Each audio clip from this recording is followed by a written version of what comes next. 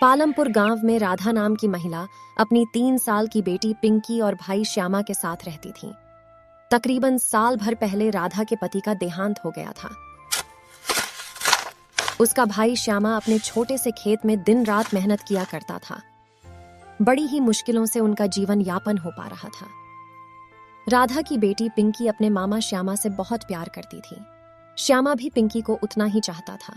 वो दोनों एक साथ खाना खाते, खेलते और सोते थे। ऐसे ही कुछ दिन बीत जाते हैं। फिर एक रोज श्यामा को किसी काम से शहर जाना पड़ा। श्यामा को जाता देख पिंकी खूब रोती है और कहती है, मामा आप कहाँ जा रहे हो और कब वापस आओगे?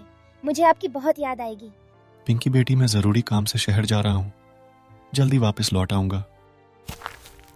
पिंकी और राधा से अलविदा लेकर वहां से चला जाता है। काफी समय बीत गया, लेकिन ना तो श्यामा आया और ना ही उसकी खबर।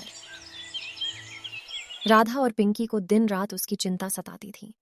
पिंकी अक्सर श्यामा को याद करती और रोते हुए कहती, अरे माँ, मेरे मामा कब आएंगे? तू परेशान मत हो मेरी बच्ची, वो जल्दी ही वापस आएंगे और तेरे लिए ढेर सारे कपड़े और खिलौने लाएंगे। ऐसे ही कुछ महीने बीत गए। एक दिन पिंकी उदास बैठी हुई थी। तभी राधा उससे कहती है, पिंकी बेटा, तुम्हें जो भी बात कहनी हो वो शिव जी से कह सकती हो। वो तुम्हारी हर बात तुम्हारे श्यामा मामा तक पहुंचा देंगे। इसके बाद पिंकी ने ठीक वैसे ही किया। जब भी उसे अपने मामा तक कोई बात पहुंचानी होती तो वो शिव जी के मंदिर पहुंच जाती। पिंकी हर वक्त शिव जी से बातें करती रहती थी। ऐसे ही समय बीतता गया। फिर एक दिन राधा बहुत बीमार हो गई और उसने बिस्तर पकड़ लिया। अपनी बीमारी के चलते राधा इतनी कमजोर हो गई कि वो खाना बनाने की हालत में नहीं थी। बेचारे दोनों माँ बेटी 2 दिन तक भूखे रहे। फिर तीसरे दिन सुबह पिंकी पड़ोस के गांव में खाने की तलाश में गई। तेज चिलचिलाती धूप में बेचारी पिंकी चलती रही। कुछ देर चलने पर उसने देखा गांव के बीच में एक पेड़ है जिसमें कई सारे आम के फल लगे हुए हैं। अरे वाह, इतने सारे आम! मुझे तो बहुत भूख लगी है। इनसे तो मेरा और मेरी माँ का पेट भर जाएगा, लेकिन मैं इन्हें तोड़ूं कैसे? तभी उसका ध्यान पेड़ के नीचे रखे शिवलिंग पर जाता है। वो उसके ऊपर पैर रखकर पेड़ पर चढ़ जाती है और उन आमों को तोड़ने लगती है। उसके पसीने की बूंदें एक एक करके शिवलिंग पर गिरने लगी, लेकिन काफ़ी देर तक कोशिश करने के बाद भी पिंकी के हाथ उन आमों तक नहीं पहुंचे। तभी वहां पर गांव के कुछ लोग इकट्ठे हो गए और पिंकी के ऊपर चिल्लाने लगे, अरे अरे घोर अनर्थ! ये लड़की पेड़ के ऊपर क्या कर रही है तू? अरे शिवलिंग के ऊपर पैर क्यों रखा तूने? अरे मूर्ख बच्ची, तूने भोलेनाथ का अनादर किया है। तुझे ऐसा नहीं करना चाहिए था।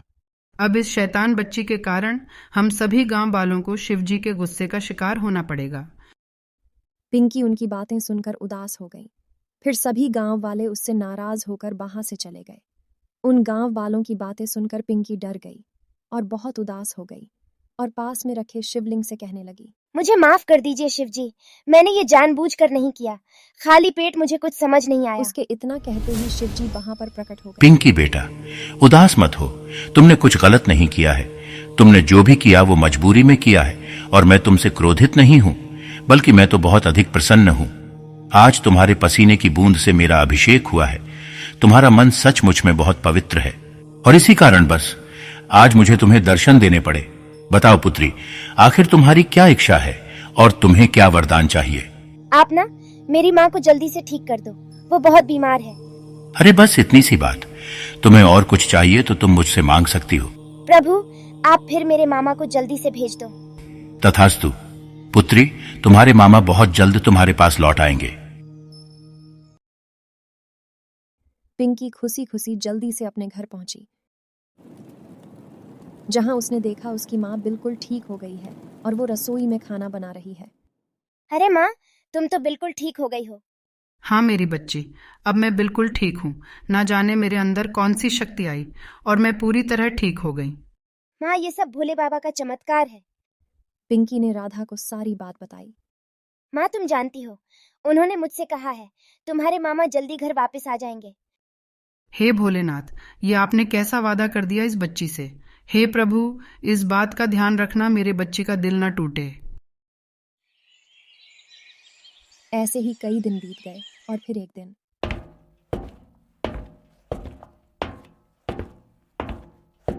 पिंकी बेटी, कहाँ है तू?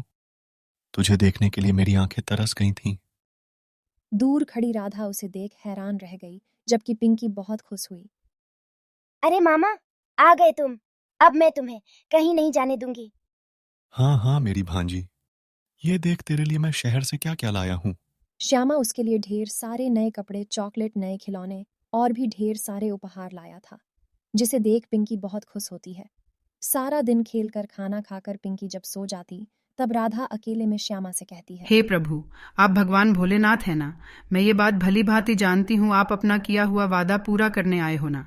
सच तो ये है, मेरा भाई तो बहुत पहले ही इस दुनिया से जा चुका है। हाँ, मैं शिव ही हूँ। इस बालिका के तड़पते मन को मैं नहीं देख सका और इससे अपना वादा पूरा करने चला आया। लेकिन ध्यान रहे, इस बात का पता पिंकी को ना चले। कुछ दिन शिवजी पिंकी के साथ रहकर ही उसके साथ खूब खेलते, मस्ती करते और उसकी सभी इच्छाओं को पूरा करते। और फिर एक दिन, अच्छा पिंकी, अब मुझे शहर नौकरी पर वापस जाना होगा। मैं बीच बीच में वापस आता रहूंगा। मामा, अब आप फिर से जा रहे हो। अब वापस कब आओगे? भांजी, तू चिंता मत कर, मैं समय समय पर यहाँ आता रहूंगा। इस तरह शिवजी और पिंकी के बीच में जीवन भर का संबंध जुड़ गया।